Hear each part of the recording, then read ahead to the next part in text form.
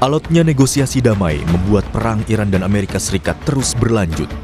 Hingga kini, negosiasi terus diupayakan hingga melibatkan negara lain. Presiden Amerika Serikat Donald Trump mengakhiri kunjungannya ke Beijing dengan pertemuan tertutup di kediaman resmi pemimpin Tiongkok Xi Jinping sebelum kembali ke Washington. Trump menyebut bahwa Tiongkok memiliki pandangan yang sama tentang keinginan berakhirnya perang. Amerika Serikat juga bilang bahwa Tiongkok sepakat bahwa Iran seharusnya tidak memiliki senjata nuklir. We did discuss Iran. We feel very similar to Iran. We want that to end. We don't want them to have a nuclear weapon. We want the straits open. We're closing it now. They closed it, then we closed it on top of them. But we want the straits open. And we want them to get it ended because it's a crazy thing. They're a little bit crazy. And it's no good. Can't have it. They cannot have a nuclear weapon. Sementara itu, Xi Jinping mengatakan saat ini situasi internasional sangat dinamis dan penuh gejolak. Xi juga bilang perdamaian Amerika Serikat dan Iran lebih banyak memberikan manfaat daripada konflik yang turut merugikan Tiongkok. 中美之间的共同利益大于分歧。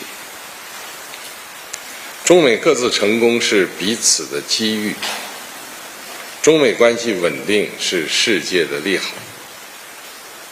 双方合则两利，斗则俱伤，应当做伙伴而不是对手，相互成就，共同繁荣，走出一条新时代大国正确相处之道。 Pengamat hubungan internasional Presiden University, Teguh Reza Syah bilang, pertemuan Donald Trump dan Xi Jinping berpeluang membangun stabilitas dunia, terutama karena Tiongkok dikenal lihai dalam diplomasi. Pertemuan kali ini dapat dikatakan konstruktif secara strategis dan mampu membangun stabilitas dunia, walaupun China menolak kalau dianggap bahwa ini ada hubungannya dengan Thucydides trap. China sangat simpatik, China sangat lihai dalam diplomasi. Dia menyimpan informasi tersebut dan akan menggunakannya secara bertahap karena China tahu persis dia sama Iran adalah sama-sama negara dengan peradaban tinggi, sudah berusia 4.500 tahun dan China juga sadar Iran itu mengerti bagaimana mengelola suatu dunia yang damai dan menghargai hukum internasional. Keterlibatan Tiongkok yang dikenal memiliki kemampuan diplomasi yang baik diharapkan mampu meredam konflik Amerika Serikat dan Iran. Dunia pun menanti apakah Tiongkok mampu membuka jalan damai. Sebelumnya, Saudara Menteri Luar Negeri Iran Abbas Araghchi menghadiri pertemuan Menteri Luar Negeri Forum BRICS di New Delhi, India, yang digelar di tengah tingginya ketegangan kawasan. BRICS sendiri adalah kelompok 11 negara yang bertujuan meningkatkan kerjasama ekonomi dan geopolitik termasuk Indonesia. Melalui Wakil Menteri Luar Negerinya, Kazem Garibabadi, Iran berharap forum ini menegaskan penolakan terhadap penggunaan agresi militer terhadap negara anggota manapun. Ia juga menyoroti sikap salah satu negara tetangga anggota BRICS yang dinilai memberikan wilayahnya untuk digunakan Amerika Serikat dan juga Israel saat konflik dengan Iran berlangsung. Pernyataan ini menegaskan dorongan Iran agar BRICS ini mengambil posisi lebih tegas terhadap isu keamanan dan kedaulatan negara anggota. مشکلات و پیچیدگی‌های هم مواجه هستیم. خب مطلع هستید که یکی از کشورهای همسایه عضو بریکس هست که متاسفانه در طول تجاوز نظامی علیه جمهوری اسلامی ایران هم سابقه خوبی از خودش نشون نداده و قلمرو به خودش رو در اختیار متجاوزان قرار داده که خب در این نشست هم ما با مشکلاتی از ناحیه این کشور مواجه هستیم، ولی خب به بحث‌های خودمون در چارچوب این بیانیه ادامه خواهیم داد تا ببینیم که چگونه اعضای بریکس این حس پایداری، همبستگی و تمامیت خودشون رو نسبت به این مسائل مهمی که جهان و منطقه با اون مواجه هست نشون خواهند داد. Di tengah perang Amerika Serikat dan juga Iran, Donald Trump dan Xi Jinping bertemu. Sementara itu, Menteri Luar Negeri Iran menghadiri pertemuan dengan Menteri Luar Negeri negara-negara anggota BRICS. Apakah yang dilakukan Amerika Serikat dan Iran ini sebagai langkah diplomasi kedua negara? Kita bahas bersama dengan Guru Besar Hukum Internasional dari Universitas Indonesia, ada Profesor Hikmahanto Juwana. Selamat pagi, Prof. Selamat pagi Adisti. Ya, kita lihat Trump ini bertemu dengan Presiden Xi, kemudian juga Menteri Luar Negeri Iran beberapa kali, atau saya lupa beberapa kalinya, juga sempat bertemu dengan pemimpin dari Tiongkok ini juga. Nah, apakah benar Tiongkok ini menjadi epicentrum baru dunia setelah Amerika Serikat sudah mulai menurun? Ya, kalau saya lihat memang Cina bisa berperan sebagai epicentrum baru dan itu memang yang diharapkan oleh kedua belah pihak ya yang bertikai, yaitu Amerika dan Iran. Karena begini, kita tahu bahwa Cina sebuah negara besar dan Cina memang sangat kritis terhadap apa yang dilakukan oleh Amerika Serikat menyerang Iran. Tapi di sisi lain, Cina ini mau dalam batas-batas tertentu bekerja sama dengan Amerika Serikat karena ada kepentingan ekonomi dari Cina terhadap Amerika Serikat.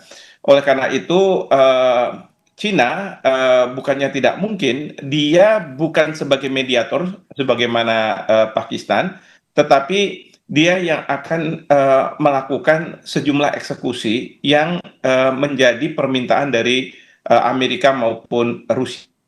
Kita tahu sekarang ini kan Operation Epic Fury sudah dinyatakan berakhir oleh Menlu Rubio Amerika Serikat. Dan sekarang isu yang terbesar itu berkaitan dengan dua hal. Pertama adalah Selat Hormuz dan kedua adalah senjata nuklir dari Iran. Kalau Iran sendiri terkait dengan senjata nuklir, mereka mengatakan bahwa mereka siap untuk tidak mengembangkan senjata nuklir. Tetapi kalau misalnya nuklir untuk tujuan damai, tentu hak dari setiap negara untuk bisa melakukan hal tersebut.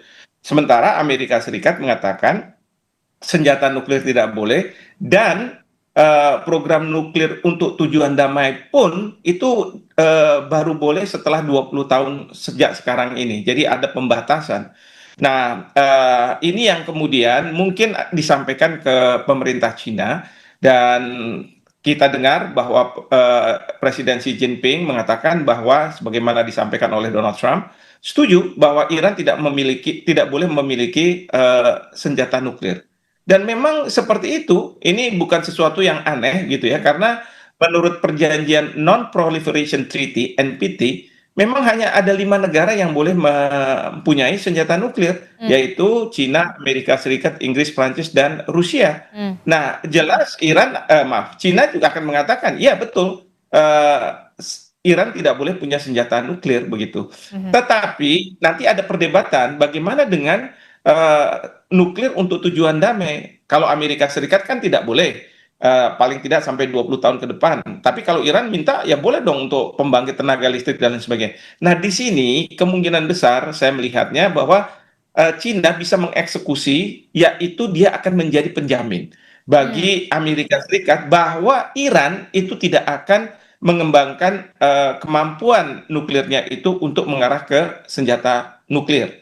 Nah, memang kemudian ada perdebatan berikutnya adalah berkaitan dengan uranium yang sudah diperkaya oleh Iran sebanyak kira-kira 400 kilo. Nah, ini bagaimana? Karena Amerika Serikat menghendaki bahwa uranium itu dibawa ke Amerika Serikat dan disimpan di sana. Iran tidak mau. Rusia memang menjadi pihak yang mengatakan bahwa kalau misalnya setuju, ya sudah simpan aja di kami. Nah, tapi Amerika Serikat tidak setuju. Nah, bukannya tidak mungkin bahwa peran untuk menyimpan uranium itu akan diambil oleh Cina. Ya, saya belum tahu apakah ada kesediaan dari Cina, tetapi alasannya adalah karena Cina tahu bahwa Iran pasti mengatakan bahwa itu tidak boleh kemana-mana, tetapi karena Cina mengatakan bahwa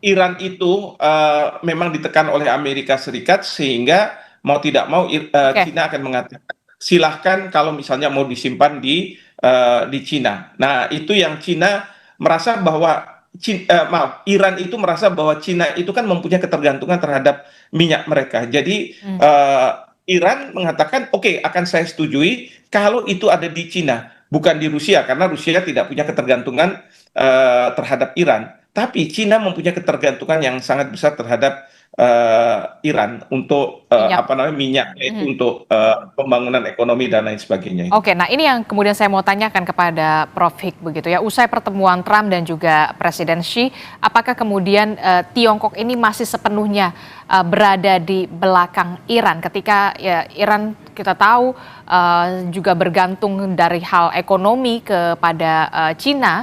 Dan juga sebaliknya, Cina sendiri kemudian bergantung soal minyak tadi Anda sebutkan. Nah, kalau untuk di harian Kompas yang terbit di hari ini, Trump ini pulang dengan riang. Cina setuju membeli 200 pesawat Boeing. Cina juga berminat membeli minyak dan kedelai dari Amerika Serikat. Bagaimana posisi saat ini Tiongkok atau Cina di mata Iran saat ini? Benarkah ini semakin dilematis atau bagaimana? Sebenarnya kalau dari sisi Iran, saya melihatnya bahwa boleh saja Cina akan membeli berbagai produk yang dihasilkan oleh Amerika Serikat, dan memang tujuan Trump datang bertemu dengan Presiden Xi Jinping utamanya adalah masalah ekonomi. Bagaimana intinya adalah di Amerika Serikat akan terbuka lapangan pekerjaan. Maka beliau itu sangat senang, gembira ketika ada pernyataan dari Presiden Xi Jinping bahwa Cina akan membeli ratusan pesawat Boeing, karena itu akan membuka banyak lapangan pekerja. Nah, ya tapi permasalahannya adalah Xi Jinping dia masih dalam tataran yang menurut saya normatif ketika memberikan jaminan berkaitan dengan Selat Hormuz. Bahwa Selat Hormuz harus dibuka, setuju, Selat Hormuz pasti harus dibuka karena Cina mempunyai ketergantungan minyak. Tetapi bagaimana cara membuka Selat Hormuz itu, Cina itu saya yakin tidak akan setuju dengan Amerika Serikat, karena Amerika Serikat menggunakan kekerasan, menggunakan senjata, begitu ya. Nah, kita tahu juga bahwa Prancis dan Inggris sudah membentuk aliansi untuk nantinya kapal-kapal tanker yang akan keluar dari Selat Hormuz itu akan dikawal. Jadi tidak akan diserang oleh Iran, tapi juga tidak diserang oleh Amerika Serikat. Bahkan Prancis mengatakan bahwa ini tidak ada kaitannya dengan Amerika Serikat. Ya, apa yang mereka munculkan ide ini, dan mereka berkomunikasi dengan pihak Iran. Nah, saya melihat bahwa Cina pun juga akan mengatakan, ya kita akan setuju kalau ini dibuka, tapi harus ada jaminan bahwa Iran tidak lagi diserang oleh Amerika dan Israel. Karena bagi Iran, kenapa Selat Hormuz ini dijadikan bargaining chip? Karena Iran merasa bahwa untuk dia bisa survive, maka dia perlu dunia berada di belakang mereka dengan cara menutup Selat Hormuz ini. Jadi memberi tekanan kepada Amerika Serikat, dan ini kan yang dilakukan oleh Cina ketika mungkin berbicara dengan Amerika Serikat bahwa Selat Hormuz akan dibuka, tapi saya yakin caranya berbeda dengan apa yang diharapkan oleh Amerika Serikat, misalnya berkoalisi untuk menyerang Iran. Itu tidak akan terjadi. Oke, diplomasi Hormuz ini tampaknya sangat krusial dan memang harus menjadi bahasan utama begitu antara Amerika Serikat, Tiongkok dan juga Iran. Tapi kemudian yang secara bersamaan Menteri Luar Negeri Iran juga menghadiri pertemuan dengan Menteri Luar Negeri negara-negara anggota BRICS. Nah, apa sebenarnya yang ingin dimainkan saat ini atau strategi apa yang saat ini dimainkan oleh Iran? Bahkan Iran mengatakan bahwa BRICS ini harus mengambil posisi lebih tegas terhadap isu keamanan dan juga kedaulatan negara anggota. Benarkah dengan pertemuan Xi dan juga Trump ini akan memberikan jarak antara Iran dan juga Tiongkok? Ya, jadi pertama ya kita perlu pahami bahwa BRICS ini kan dibangun oleh negara-negara yang mungkin mereka tidak mau punya ketergantungan secara ekonomi dari negara-negara G7. Tidak mau ada punya ketergantungan terhadap mata uang, misalnya mata uang yang selama ini dipakai adalah dolar. Mereka harus punya alternatif. Bahkan arsitektur perekonomian internasional itu tidak ditentukan oleh negara-negara G7. Jadi harus ada alternatif. Nah, apa yang dilakukan oleh Iran kemarin ini adalah minta kepada BRICS untuk memperluas ya permasalahan, jangan bicara soal ekonomi, tetapi juga masalah yang berkaitan dengan politik internasional. Karena apa? Iran merasa bahwa dia sebagai anggota itu dizolimi oleh pihak Amerika Serikat yang melancarkan serangan terlebih dahulu tanpa Iran melakukan serangan apapun. Lalu kan pertanyaannya, masa kami yang diserang terlebih dahulu, lalu kemudian harus bertekuk lutut dengan kehendak dari Amerika Serikat, dan Anda semua, negara-negara BRICS ini, diam semua. Apa peran dari BRICS kalau misalnya seperti itu? Nah, dalam konteks seperti ini, yang saya pahami dari Menlu Araghchi dari Iran mengatakan bahwa kita harus masuk ke sana. Ya, jangan cuma masalah ekonomi saja. Nah, Araghchi juga mungkin dugaan saya mengatakan bahwa kalau kita tidak Anda bantu, kami ini tidak kami bantu, itu coba lihat nih, dengan penutupan Selat Hormuz, itu harga minyak dunia akan melambung dan itu akan berdampak pada semua negara. Iya, walaupun misalnya Rusia sudah punya banyak minyak, Amerika punya banyak minyak, tapi harga pasar dunia itu kan ditentukan apa yang terjadi di Selat Hormuz. Jadi ini yang menjadi bargaining chip untuk, katakanlah, Iran mengatakan kepada negara-negara BRICS untuk tolong bantu saya untuk menghadapi Amerika Serikat. Dan ini semua kan kita bangun untuk menghadapi Amerika Serikat, negara-negara yang menjadi sekutu Amerika Serikat di G7. Masa Anda nggak mau bantu? Kira-kira seperti itulah. Oke, nah terkait dengan pertemuan antara Presiden Trump dan juga Presiden Xi begitu, apakah Anda melihat apakah nanti akan ada dampak perubahan jarak begitu ya antara Iran dan juga Tiongkok, hubungan yang sempat kita lihat sangat mesra dalam hal perekonomian dengan adanya pertemuan kedua negara tersebut begitu, Amerika Serikat dan juga Tiongkok kemarin. Dan apakah kemudian nantinya Tiongkok memang benar-benar bisa menjadi penengah antara Amerika Serikat dan juga Iran?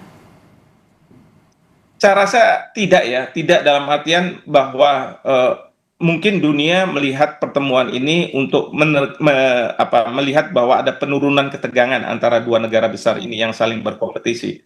Tetapi tidak mungkin kemudian mereka lebih bermesraan bahkan menjadi sekutu satu sama lain begitu ya. Memang ada yang berpikir bahwa bagaimana kalau dunia ini tidak ditentukan oleh G7, negara-negara yang masuk dalam kelompok G7, tapi ditentukan oleh G2. Seolah-olah dunia ini hanya ditentukan oleh Amerika Serikat dan Cina. Amerika Serikat di Western Hemisphere, selebihnya Cina. Nah, tentu ini kalau dalam pandangan saya tidak mungkin ini bisa terjadi dalam waktu dekat ini. Tidak tahu kalau misalnya dalam waktu yang jangka panjang. Tetapi Trump datang ke Cina itu untuk memastikan bahwa masalah ekonomi Amerika Serikat akan meningkat, dan itu yang melahirkan MAGA. Tetapi pada waktu Menlu Rubio akan bergabung dalam pertemuan di Cina kemarin itu, dia memberikan wawancara mengatakan bahwa sebenarnya kita bisa melihat wajar kalau misalnya Cina itu mau unggul secara ekonomi di dunia ini, ya. Tetapi pertanyaannya adalah apakah kita Amerika Serikat mau melihat Cina lebih unggul daripada kita? Tentu tidak. Bahkan dia mengatakan kalau saya menjadi pemerintah Cina, ya memang apa yang dilakukan oleh Cina sekarang ya memang benar. Tetapi pertanyaannya sekali lagi, apakah Amerika Serikat mau? Nah, tentu Amerika Serikat tidak mau. Dia ingin lebih unggul daripada Cina. Nah, ini yang katakanlah eksekusi permasalahannya itu bukan di mana di Menteri Luar Negeri Amerika atau Presiden Amerika, tapi di CIA yang memang mereka para birokratnya punya tujuan bahwa Amerika harus unggul di dunia. Nah, kalau misalnya siapapun yang katakanlah menjadi pesaing mereka, mereka akan segera hadapi. Dan mereka melihat bahwa Cina itu adalah negara yang akan berkompetisi menjadi unggul di dunia ini, sehingga mereka akan hadapi. Tapi sekali lagi, Trump hadir ke Cina ini kan dalam rangka untuk membangun hubungan perdagangan, kerjasama. Tetapi bukan masalah kemudian Cina akan ditekuk lututnya, begitu tidak. Tetapi bagaimana Cina mau membeli produk-produk Amerika, membuka lapangan pekerjaan, lalu banyak perusahaan-perusahaan Amerika bisa melakukan penetrasi pangsa pasar Cina. Karena pangsa pasar Cina ini besar sekali. Ya, kita tahulah kalau misalnya ada YouTube dan lain sebagainya, sosial media yang bisa beroperasi di Amerika tapi tidak bisa beroperasi di Cina. Mereka di Cina mereka punya sendiri begitu ya, karena memang pangsa pasarnya untuk pelaku usahanya itu sangat besar seperti Oke, itu. Anisti. oke.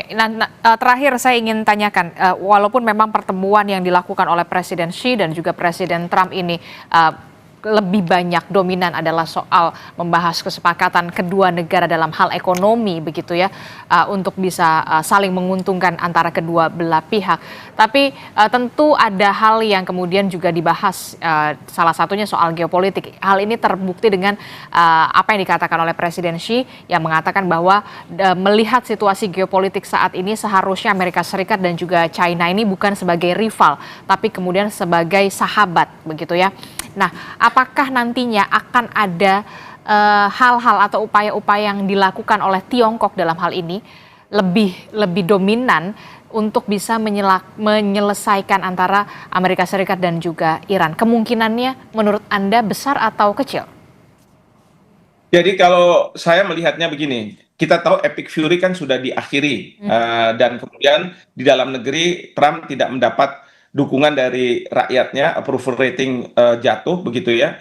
Lalu di Kongres terus terjadi perdebatan antara Demokrat dengan para menteri Trump, menteri perang, menteri luar negeri, dan bagi Iran apa yang dilontarkan oleh Partai Demokrat itu yang merupakan suara dari Iran, mempertanyakan apakah dana yang besar dikeluarkan itu mampu membuat Iran kalah perang gitu ya, yang mereka juga partai Demokrat itu mempertanyakan Selat Hormuz kok kalau menang kenapa belum dibuka juga gitu dan lain sebagainya.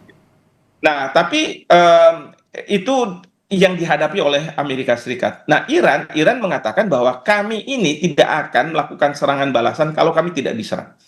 Nah, sementara kita tahu oleh Pakistan dimediasi, tetapi sampai hari ini proposal tidak bisa disepakati karena tuntutan yang tinggi dari pihak Iran dan Amerika Serikat. Jadi saya melihatnya adalah bahwa perang ini tidak ada misalnya kesepakatan damai, tidak ada. Perang ini akan diambangkan seperti sekarang ini ya, karena gencatan senjata sudah dinyatakan dan gencatan senjata itu tidak ada batas waktunya. Nah, kemudian yang jadi isu besar itu adalah bagaimana dengan Selat Hormuz. Disinilah Cina akan punya peran. Dan Selat Hormuz bagaimana bisa dibuka kembali, dinormalkan untuk dunia ya, tidak hanya untuk Amerika tapi untuk dunia. Dan yang kedua adalah isu berkaitan dengan nuklir yang tadi saya katakan di awal bahwa Cina akan bersedia untuk menjadi penjamin ya, membuat Amerika Serikat tenang ya, dan kemudian membuat Iran juga tenang bahwa tidak ada kemudian Amerika Serikat mau menekuk kedaulatan dari Iran seperti itu. Oke, jadi Tiongkok akan mengambil peran lebih begitu di diplomasi Hormuz ini, termasuk juga sebagai negara penjamin terkait dengan nuklir tadi yang dikatakan Anda. Terakhir, singkat saja Pak Hikmahanto, kita tahu Menlu Iran bertemu di pertemuan Forum Bridge gitu ya, untuk bisa memberikan masukan kepada Bridge ini agar lebih tegas lagi. Tidak hanya soal kesepakatan ekonomi, tapi kemudian juga soal kedaulatan, termasuk juga keamanan geopolitik begitu. Apakah nanti suara yang kemudian diaspirasikan oleh Iran ini akan didengar oleh Forum Bridge ini, menurut Anda? Iya, pasti akan didengar ya. Karena dalam forum ini juga mereka tahu bahwa apa yang terjadi di Timur Tengah ini, terutama penutupan Selat Hormuz ini berdampak pada harga minyak yang melambung. Dan di banyak negara, termasuk di BRICS, itu dampaknya sangat luar biasa ke dalam negeri. Sehingga apa yang disampaikan oleh Araghchi ini tentu sangat didengar dan tentu akan berharap kepada negara ketiga bukan sebagai mediator tapi sebagai penjamin ya, penjamin, aliansi penjamin untuk memastikan bahwa kita akan bisa kembali ke situasi normal di mana Selat Hormuz akan terbuka seperti itu. Oke, baik, terima kasih Guru Besar Hukum Internasional dari Universitas Indonesia untuk perspektifnya. Profesor Hikmahanto Juwana telah bergabung bersama kami. Sehat selalu Prof. Assalamualaikum, selamat pagi.